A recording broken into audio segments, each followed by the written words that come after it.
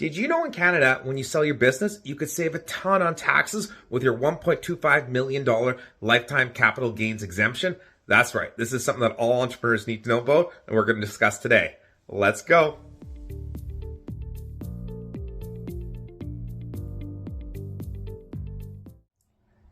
After years of hard work, you finally get to the point where you're ready to sell your business. Then you start crunching the numbers to see how much you might actually have to pay in taxes. That's right, there's only two things certain in life: death and taxes.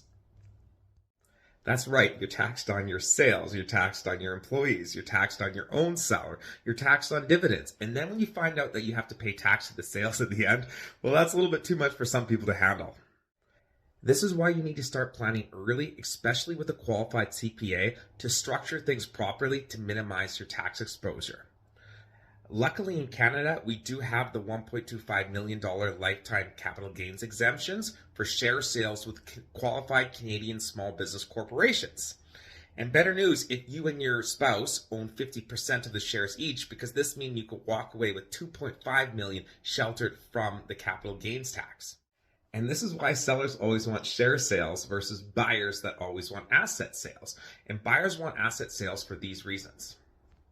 The buyers will get a new cost base, there's new amortization and depreciation opportunities, and there's reduced exposure to historical liabilities or any previous claims.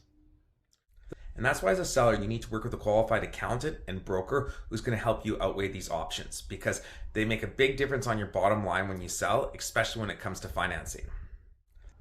With a lower purchase price, it may be easier for them to finance. However, if you sell your assets instead of shares, you may trigger immediate higher taxes and lose access to your capital gains exemption. That's why planning early makes all the difference. The gap between structured properly and not planning ahead can easily mean hundreds of thousands of dollars. And that's why if you're planning on buying or selling a business on Vancouver Island, you need to reach out to me so you can help avoid some of these pitfalls, and we can help you on your next phase of the journey.